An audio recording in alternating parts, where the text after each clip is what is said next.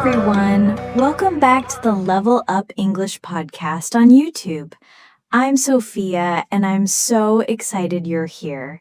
If you're new, this channel is all about helping you improve your English speaking and listening skills in a fun, relaxed way. Today, I'm going to share a slow and helpful story about my most recent day off, told from my own perspective. It's perfect for practicing your listening, and I really recommend using the shadowing technique, repeating after me, to work on your pronunciation and fluency. Pause the video if you need to, and let's have fun. Before we start, please hit that subscribe button and join our amazing community of English learners. Also, drop a comment below telling me how you spent your last day off. I love reading your stories and they inspire me so much. Okay, here's my story. It was a Friday and I woke up to the soft chirping of birds outside my window.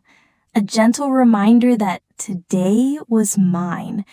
No work, no deadlines, just a whole day to do whatever I wanted. The week had been a marathon of podcast recordings, emails, and errands. So this day off felt like a deep breath I'd been holding in for too long. I stretched lazily under my warm duvet, letting the morning light filter through my curtains. My phone buzzed on the nightstand, but I ignored it. Today was about me, and I wasn't going to let notifications steal my peace. I rolled out of bed, my bare feet touching the cool hardwood floor, and shuffled to the bathroom for a shower. The hot water felt like a hug, washing away the week's chaos. I used my favorite lavender body wash, the scent filling the steamy air, and took my time, letting the water run over my shoulders. After drying off, I stood in front of my closet, picking out something cozy yet cute. I chose a soft sage green sweater that felt like a cloud, paired with high-waisted jeans and my well-worn white sneakers. I tied my hair into a loose ponytail, grabbed my canvas tote bag, and headed out, the crisp autumn air greeting me like an old friend. My first stop was Bean and Bliss, a little coffee shop just a few blocks from my apartment. It's my favorite place. A cozy nook with wooden tables, fairy lights twinkling overhead, and the rich smell of coffee that hits you the moment you walk in. The bell above the door jingled as I entered, and Liam, the barista with a crooked grin, waved at me. "Sophia, cappuccino and almond croissant?" he asked, already reaching for a cup. I laughed. You know me too well. I found my usual spot by the window where I could watch the world wake up. My cappuccino arrived with a perfect foam heart, and the croissant was golden, flaky, and buttery. I pulled out my journal, a small leather notebook I've had for years, and started writing. I jotted down how grateful I felt for this moment. The warmth of the coffee, the soft hum of chatter in the shop, the way the sunlight danced on the table. I wrote about how I wanted to make today count, to fill it with small joys that would recharge me for the week ahead. Outside, the street was a canvas of everyday life. An elderly man walked his tiny dog, who strutted like it owned the place. A group of kids zoomed by on skateboards, their laughter echoing. A woman pushed a stroller, pointing out a bright red cardinal to her toddler, who clapped with glee. I sipped my coffee, letting these moments sink in. People watching is one of my favorite things. It's like catching fleeting glimpses of other people's stories. each one a little spark of connection. I stayed at Bean and Bliss for nearly an hour, savoring every bite of my croissant and every sip of my cappuccino. But I had a hair appointment at 11 a.m., so I thanked Liam, promised to be back soon, and stepped outside. The walk to Snip 'n Style was short, the breeze tugging at my sweater as I passed trees with leaves just starting to turn gold. The salon was bright and airy, with big windows, pop music playing softly, and the faint scent of coconut shampoo. It's the kind of place that makes you feel pampered the moment you walk in. My stylist, Mia, greeted me with a warm hug. She's been cutting my hair since I moved to the city, and we've become friends over countless chats about life, love, and everything in between. Her dark curls were pulled back with a bright scrunchie, and she was wearing a sunny yellow sweater. "Sophia, your hair's been so long," she said, running her fingers through my tangled ends. I told her I wanted a trim, about 3 inches off, and some soft layers for a bouncy look. I also asked for a blowout, because today was about treating myself. Mia led me to the shampoo station, and I melted into the chair as she massaged warm water and coconut-scented shampoo into my scalp. The head massage was pure magic, and I closed my eyes, letting the world fade away.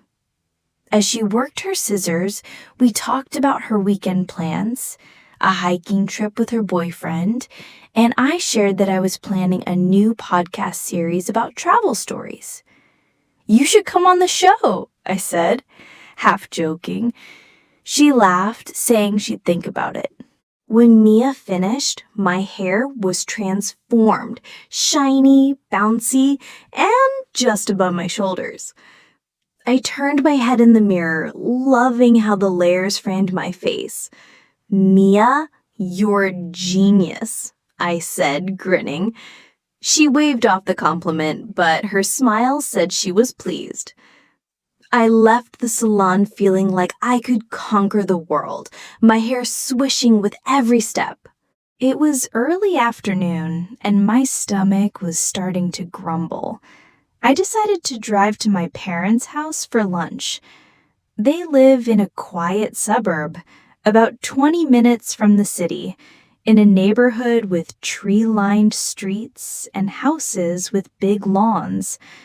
I hopped in my car, rolled down the windows, and turned on my favorite playlist, a mix of indie folk and acoustic covers. I sang along to a song about chasing dreams, the wind playing with my freshly styled hair. When I pulled into my parents' driveway, my mom was in the front yard, tending to her rose garden. Her roses are her pride and joy, bursting with red, pink, and white blooms. She looked up, brushing dirt off her gardening gloves, and her face lit up. "Sophia," she called, pulling me into a hug that smelled like jasmine and earth. We walked inside, where my dad was in the kitchen chopping vegetables for a Greek salad. He's the cook in the family, always making meals that taste like love. "Hey, kiddo," he said, looking up with a grin. "That hair looks like it belongs in a shampoo ad." I laughed, rolling my eyes, and sneaked a piece of feta cheese from the bowl when he wasn't looking. Lunch was a feast. Greek salad with tomatoes, cucumbers, red onions, and creamy feta, drizzled with Dad's secret olive oil dressing. There was grilled chicken marinated in lemon and herbs, warm pita bread, and tzatziki so good I could have eaten it by the spoonful. We sat at the dining table, the windows open to let in the breeze, and talked about everything. Mom shared stories from her book club. Dad complained about the neighbor's noisy lawnmower. And I told them about my morning at the coffee shop and salon.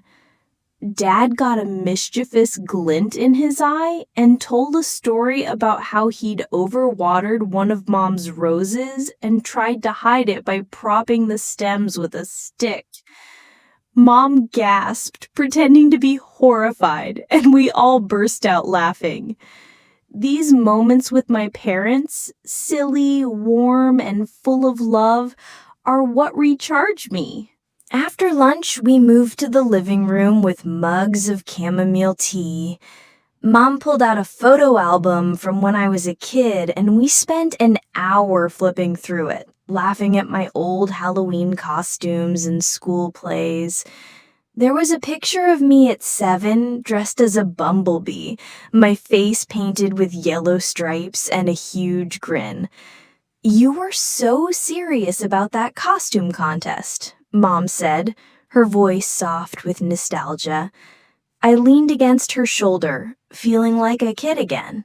I stayed until late afternoon, helping Mom water her roses and promising Dad I'd try his new pasta recipe next time.